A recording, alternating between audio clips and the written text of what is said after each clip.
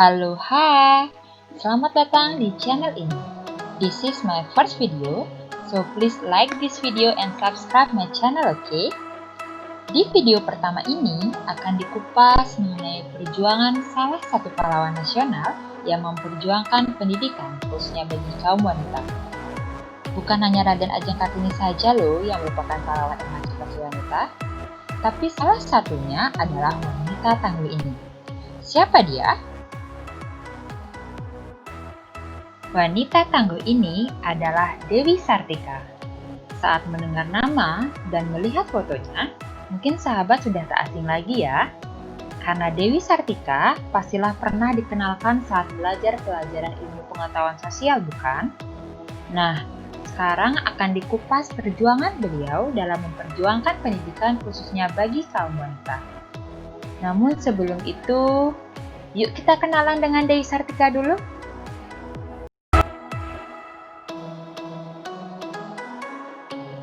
Dewi Sartika. Beliau lahir di Cicalengka, Bandung, Jawa Barat pada tanggal 4 Desember 1884. Beliau terlahir dari keluarga priai Sunda atau kalangan terhormat. Ayahnya bernama Raden Somanegara, yang merupakan Pati Bandung dan seorang pejuang kemerdekaan. Terakhir, sang ayah dihukum diasingkan ke Pulau Ternate oleh pemerintah Hindia Belanda hingga meninggal dunia di sana. Sedangkan ibunya bernama Nyi Raden Ayu Raja Permas, putri dari Bupati Bandung saat itu. Pada tahun 1906, Dewi Sartika menikah dengan Raden Kanduruan Agah Suryawinata, seseorang yang memiliki visi dan cita-cita yang sama dengan beliau. Sang suami merupakan guru di sekolah Karang Pamulang yang pada waktu itu merupakan sekolah latihan guru. Dengan Raden Kanduruhan Agah Suryawinata, Dewi Sartika dikaruniai seorang putra yang bernama Raden Atot Suryawinata. Dewi Sartika wafat pada 11 September 1947. Mau tahu bagaimana detailnya perjuangan beliau? Mari kita kupas perjuangan semasa hidupnya yuk. Masa muda Dewi Sartika. Nama kecil Dewi Sartika adalah Uwi. Meski melanggar adat saat itu, orang tuanya bersikukuh menyekolahkan Uwi ke sekolah Belanda pula. Namun, Uwi hanya sempat bersekolah di Eerste Klasse School sampai kelas 2. Pada Juli 1893, ayahnya diasingkan karena dituduh terlibat dalam sabotase acara pacuan kuda di Tegaliga untuk mencelakai Bupati Bandung yang baru, R.A.A. Martanegara.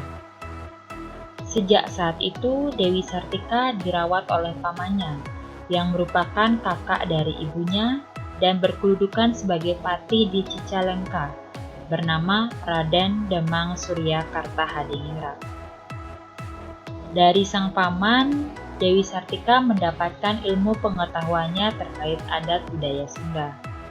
Kedua orang tua Dewi Sartika sebenarnya sudah mengenalkannya tentang pendidikan sedari kecil, meskipun hal tersebut bertentangan bagi seorang perempuan. Sejak kecil, Dewi Sartika sudah menunjukkan bakat pendidik dan kegigihan untuk meraih kemajuan. Sambil bermain di belakang gedung kepatihan, beliau sering memperagakan praktek di sekolah, mengajar baca tulis, dan bahasa Belanda kepada anak-anak pembantu di kepatihan.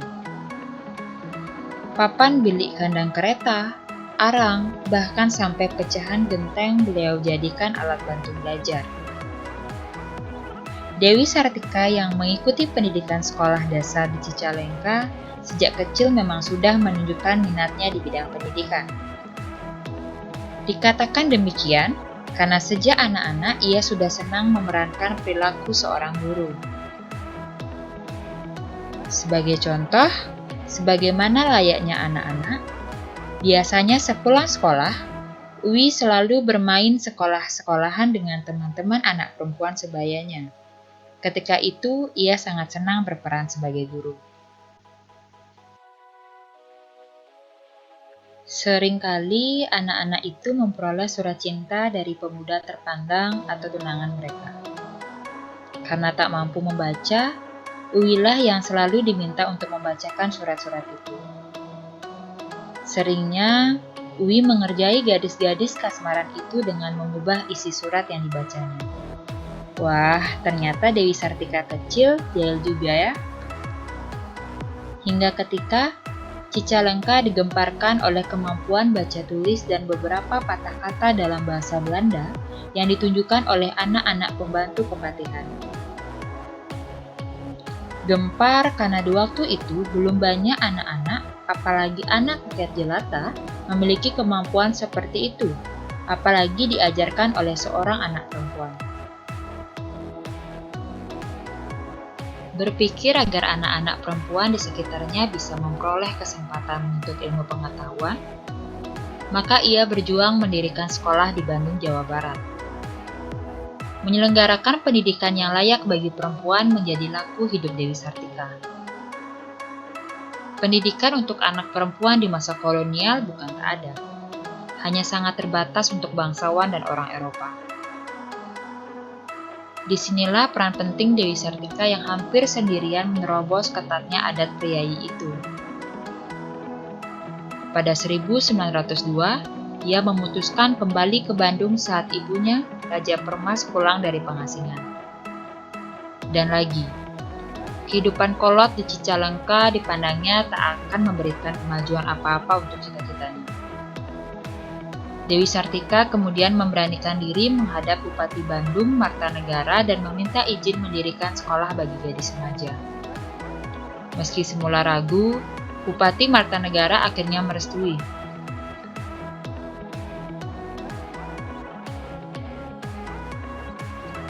Hingga pada 16 Januari 1904 sekolah istri berdiri. Sekolah tersebut hanya 2 kelas sehingga tidak cukup untuk menampung semua aktivitas sekolah. Maka untuk ruangan belajar, ia harus meminjam sebagian ruangan Kepatihan Bandung. Awalnya muridnya hanya 20 orang. Murid-murid yang hanya wanita itu diajar berhitung, membaca, menulis, menjahit, merenda, menyulam, dan pelajaran agama. Sekolah istri tersebut terus mendapat perhatian positif dari masyarakat. Murid-murid bertambah banyak, bahkan ruangan Kepatihan Bandung yang dipinjam sebelumnya juga tidak cukup lagi menampung murid-murid. Untuk mengatasinya, sekolah istri pun kemudian dipindahkan ke tempat yang lebih luas. Ia berusaha keras mendidik anak-anak gadis agar kelak bisa menjadi ibu rumah tangga yang baik, bisa berdiri sendiri, luas dan terampil. Maka dari itu, pelajaran yang berhubungan dengan pembinaan rumah tangga banyak diberikan. Untuk menutupi biaya operasional sekolah, ia membantu pulang mencari dana. Semua jerih payahnya itu tidak dirasakannya jadi beban, tapi berganti menjadi kepuasan batin karena telah berhasil mendidik kaumnya. Salah satu yang menambah semangatnya adalah dorongan dari berbagai pihak, terutama dari suaminya. Sekolah istri berkembang cukup pesat hingga pada 1912 menurut Suwer sekolah istri telah memiliki cabang di 9 kabupaten di Pasundan. Memasuki usia ke-10 tahun 1914, nama sekolahnya diganti menjadi Sekolah Keutamaan Istri atau Sekolah Keutamaan Perempuan. Seluruh wilayah Pasundan lengkap memiliki sekolah keutamaan istri di tiap kota kabupatennya pada tahun 1920. Dewi Sartika juga menulis buku. Masih terkait dengan kepeduliannya terhadap perempuan, buku yang ditulisnya itu juga berjudul Keutamaan Istri. Buku tersebut ditulisnya pada tahun 1911. 7 tahun setelah ia mendirikan sekolah istri, buku yang ditulis dalam bahasa Sunda itu kemudian diterbitkan tahun 1912. Dalam kata pengantarnya, Dewi Sartika menjelaskan penyusunan buku tersebut ditujukan sebagai bahan bacaan anak sekolah dan juga orang tuanya. Buku ini diberi judul Keutamaan Istri untuk bahan baca anak sekolah dan orang tuanya, tulis Dewi Sartika. Melihat maksud penulisannya tersebut, bisa terlihat bahwa pemikiran Dewi Sartika kala itu memang sudah sangat maju dan terdepan. Ia menilai bahwa membangun pendidikan bukan hanya menyoal mengajar peserta didik, melainkan orang tua juga harus ikut terlibat memahami perannya membangun pendidikan. Kementerian Pendidikan dan Kebudayaan, Kemendikbud saat ini bahkan memiliki Direktorat Pembinaan Pendidikan Keluarga yang berada di bawah Direktorat Jenderal PAUD dan Pendidikan Masyarakat. Direktorat tersebut salah satunya fokus pada pendidikan bagi orang tua, untuk ikut terlibat dalam memberikan pendidikan yang baik pada anak di level rumah, sesuatu yang sudah dipikirkan Dewi Sartika sejak lama. Setidaknya menurut Dewi Sartika dalam bukunya terdapat 3 hal utama yang menjadi dasar keutamaan seorang perempuan, yakni berdasarkan bangsanya, adat dan kebiasaan serta pendidikan yang ditanamkan sejak kecil. Namun yang paling penting lagi satu hal, yakni memahami dan selalu ingat menjalankan kewajibannya sebagai seorang perempuan, tulis Dewi Sartika. Apa saja kewajiban perempuan yang dimaksud? Utama dalam bahasa Sunda berarti bagus, hebat, atau ideal. Dalam bukunya, Dewi Sartika menyampaikan bahwa keutamaan seorang perempuan juga ialah menjadi seorang yang hebat, yakni terdidik dan cerdas, agar bisa ikut mencerdaskan generasi penerus mereka.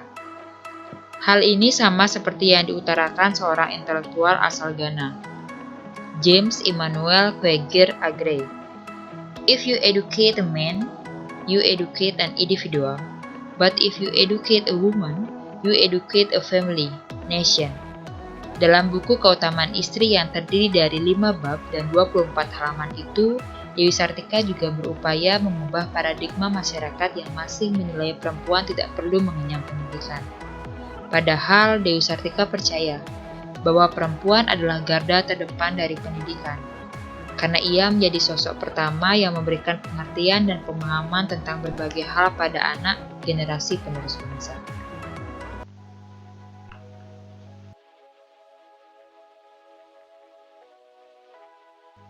Pada 11 September tahun 1947, Dewi Sartika menghembuskan nafas terakhirnya di Tasikmalaya.